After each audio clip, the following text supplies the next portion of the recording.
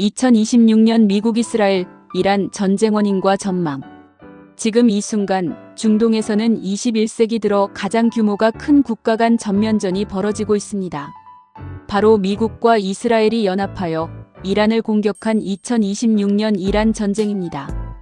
오늘은 이 전쟁이 왜 일어났는지, 그리고 앞으로 어떻게 전개될지 차근차근 짚어보겠습니다. 이란과 이스라엘은 원래 적이 아니었습니다. 1979년 이란 혁명 이전까지만 해도 이란은 친미 세속 국가였고 이스라엘에 무기와 석유를 공급하는 우방이었습니다.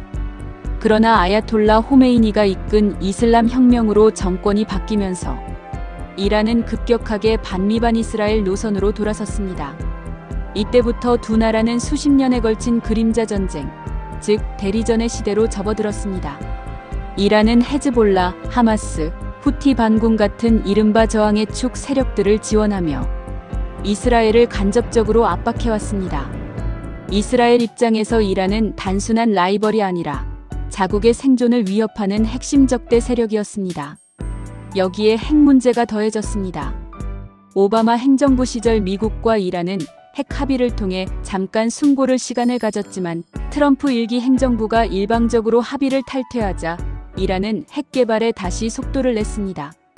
이란이 핵무기를 보유하게 된다면 이스라엘의 전략적 우위는 완전히 무너지게 됩니다.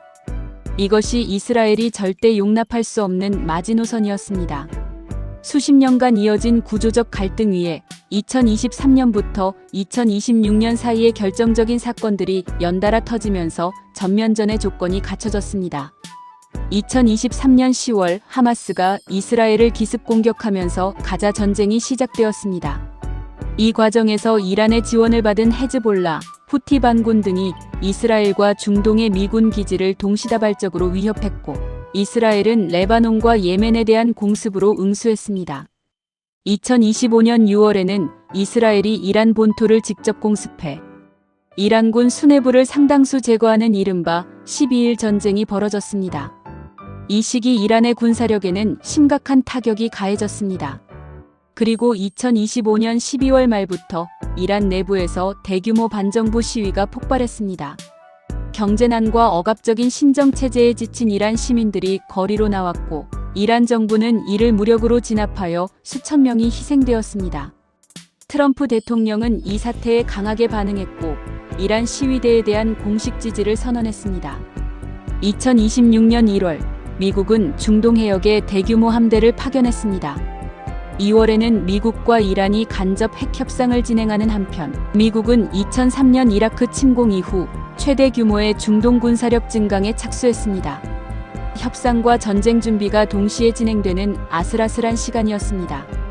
그리고 2026년 2월 28일 협상이 최종 결렬된 그 시점에 미국과 이스라엘은 이란 전역에 대한 기습 공습을 단행했습니다. 작전명은 에픽 퓨리 PIC-FURY, 장대한 분노라는 뜻이었습니다. 공습 첫날, 이스라엘과 미국의 미사일과 전투기들이 테헤란을 비롯한 이란 전역의 핵심 시설을 타격했습니다. 최고 지도자 알리 하메네이와 다수의 이란군 수뇌부가 이 공격으로 사망했습니다. 트럼프 대통령은 트루스 소셜을 통해 하메네이의 사망을 직접 공식 발표했습니다. 이란 해군은 개전 나흘 만에 대부분의 함선이 침몰하는 괴멸적 피해를 입었습니다. 미군 잠수함이 어뢰로 적군함을 격침시킨 것은 1945년 2차 세계대전 이후 처음 있는 일이었습니다. 이란은 수백 대의 드론과 탄도미사일로 반격에 나섰습니다. 이스라엘 본토와 바레인, 쿠웨이트, 카타르, 사우디아라비아에 위치한 미군 기지들을 겨냥했고 호르무즈 해협 봉쇄를 시도했습니다. 전쟁이 시작된 이후 국제 유가는 40% 이상 급등했습니다. 그러나 이란의 반격 강도는 시간이 지나면서 급격히 약해졌습니다. 미국 중부사령부 발표에 따르면 전쟁 첫날 대비 이란의 탄도미사일 공격은 90%, 드론 공격은 83%가 감소했습니다. 이란의 미사일 비축량이 빠르게 소진되고 있었기 때문입니다. 민간인 피해도 막대합니다.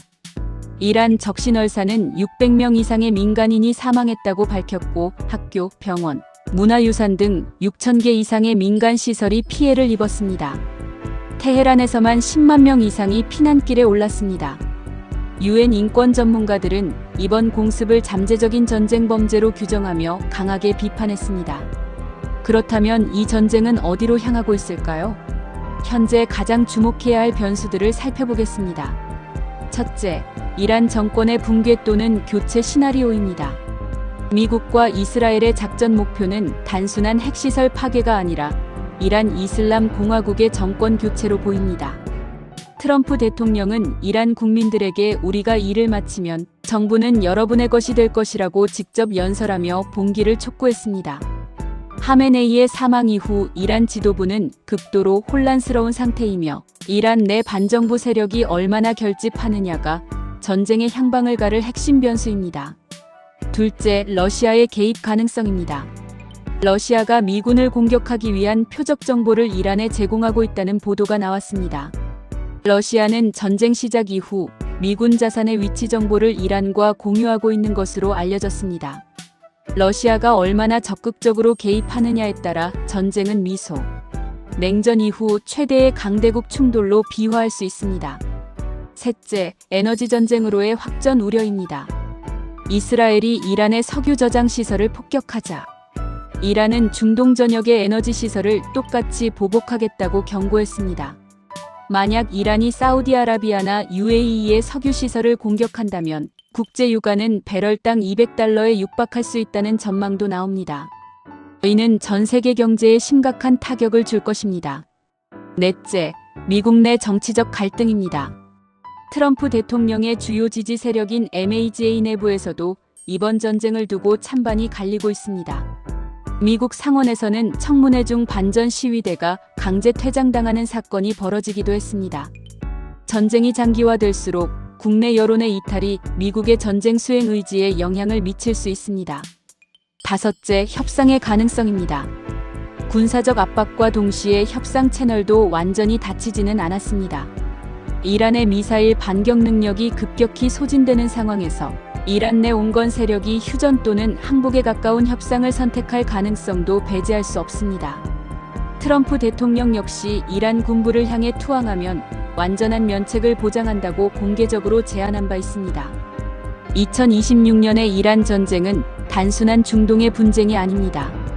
수십 년간 쌓여온 핵 갈등, 대리전, 정치적 이해관계가 한꺼번에 폭발한 사건입니다. 이 전쟁의 결과는 중동의 지정학을 근본적으로 바꿀 수 있으며 국제 유가와 세계 경제에도 직접적인 영향을 미치고 있습니다. 우리가 주목해야 할 것은 전선의 향방만이 아닙니다. 전쟁 속에서 희생되는 수많은 민간인들, 무너지는 일상, 그리고 이 충돌이 결국 어떤 세계 질서를 만들어낼 것인가 하는 더 큰 질문들입니다. 전쟁은 지금도 진행 중입니다. 우리는 계속 지켜봐야 합니다.